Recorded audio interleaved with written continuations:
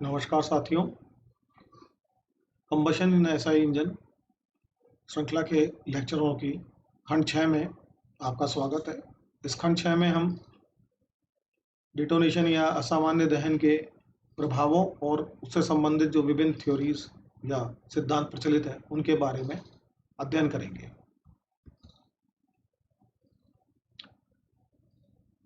Theories of detonation अर्थात जो सिद्धांत डिटोनेशन के लिए प्रचलित हैं, प्रस्फुटन के लिए प्रचलित चल रहे हैं वर्तमान में, उनके बारे में हम डिस्कशन करेंगे। डिटोनेशन के लिए वर्तमान में कोई भी एग्जैक्ट मैकेनिज्म अभी तक नहीं सुझाई गई है अन्वेषणकर्ताओं द्वारा कि डिटोनेशन वास्तव में एग्जैक्टली किस प्रकार से हो पाता है। पर इसके बारे में कुछ फोटोग्राफ्स जो हैं, धन्यवाद है सिनेमेटोग्राफिक टेक्निक का, हाई स्पीड, जो कि स्पीड पर जो इमेजेस ले सकते हैं बहुत हाई स्पीड के ऊपर कंबशन चैम्बर्स की, और उसके द्वारा हम दो मेजर थ्योरीज को हम डिफाइन कर पाए हैं, दो मेजर जो प्रमुख रूप से दो सिद्धांत हैं उनको हम स्थापित कर पाए हैं। वो सिद्धांत हैं, पहला है ऑटो इग्निशन थ्योरी और दूसरा है डिटोनेशन थ्योरी। ये दो सिद्धांत जो हैं व्यापक रूप से प्रचलित हैं। हाई स्पीड सिनेमेटोग्राफी यानी कि बहुत तेज गति से के कैमरों से कंबशन चैम्बर में दहन की हमने जब तस्वीरें ली, उसके आधार पर हम इस कंक्लूजन पे पहुंचे हैं कि प्रमुख रूप से दो थ्योरीज हैं जिनको हम स्थापित कर सकते हैं इस डिटोनेशन या असामान्य दहन या प्रस्फुटन को समझने के लिए, जिनमें से पहली है ऑटो इग्निशन और दूसरी है डिटोनेशन थ्योरी। ऑटो इग्निशन, सबसे पहले हम ऑटो इग्निशन थ्योरी या सिद्धांत को लेते हैं। ऑटो इग्निशन थ्योरी के द्वारा ही पिछले सिद्धांत जो असामान्य दहन है पिछले सेक्शनों या खंडों में हमने समझाया है। तो जो डिटोनेशन को पिछले खंडों में समझाया गया था वो ऑटो इग्निशन का ही थ्योरी के ऊपर ही आधारित था। अब बेसिकली ऑटो इग्निशन या स्वस्फुटन या स्व दहन क्या होता है? ये एक स्पॉन्टेनियसली यानी एक क्षण में, एक तत्काल क्षण में एक एयर और फ्यूल का मिश्रण जो है वो कंप्लीटली बर्न कर जाता है या कंप्लीटली दहन कर जाता है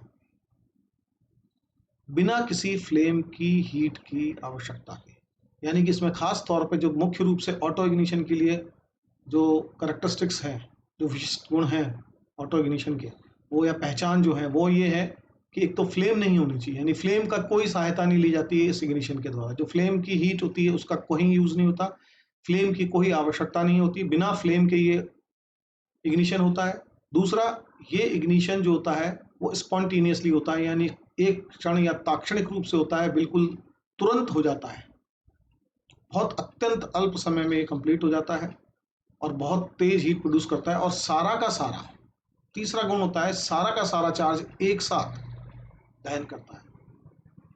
जितना भी चार्ज बचा हुआ रह जाता है वो सारा एक साथ ताक्षणिक रूप से, दूसरा लक्षण, और तीसरा बिना फ्लेम की आवश्यकता। इससे क्या होता है कि बहुत ज्यादा मात्रा में हीट जो है वो उत्सर्जित होती है, क्योंकि केमिकल रिएक्शंस बहुत तेजी से स्पॉन्टेनियसली और ताक्षणिक रूप से होती हैं, इसलिए rate of heat rise is very high.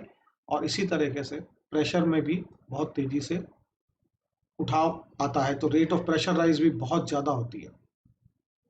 तो इस प्रकार का ये जो ताक्षणिक कंबशन होता है जिसमें सभी चार्ज एक साथ सामूहिक रूप से दहन कर जाता है बहुत अल्प समय के दौरान, इस सतह इग्निशन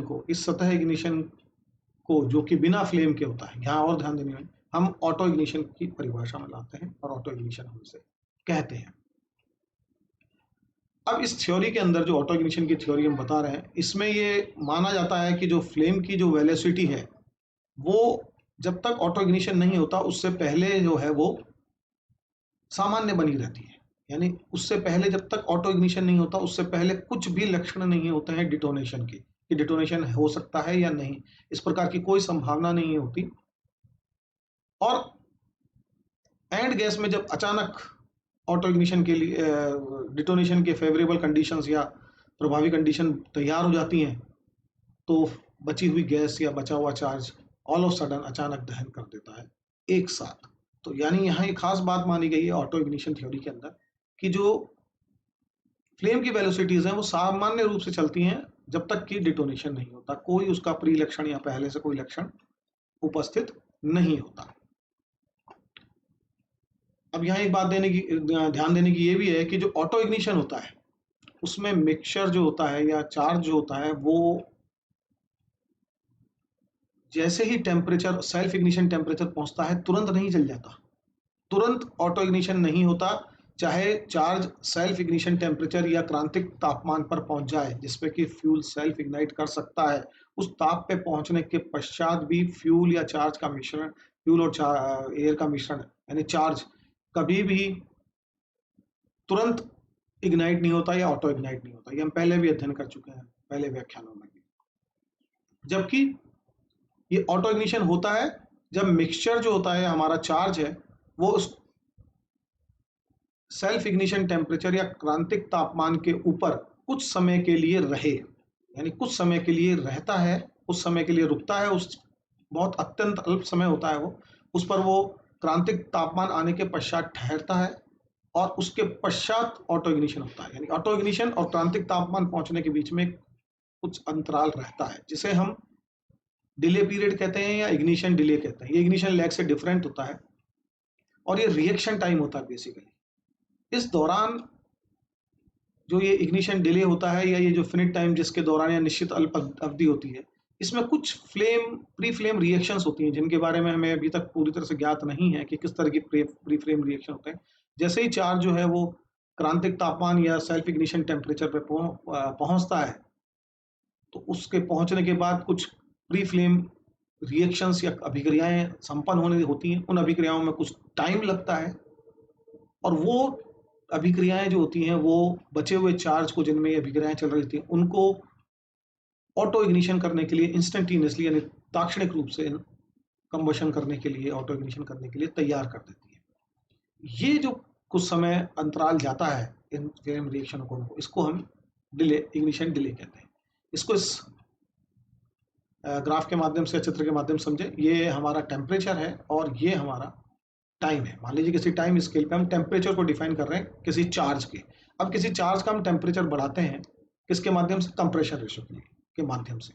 अब कंप्रेशन रेशो जैसे जैसे हम बढ़ाते जाते हैं वैसे वैसे तापमान बढ़ता है।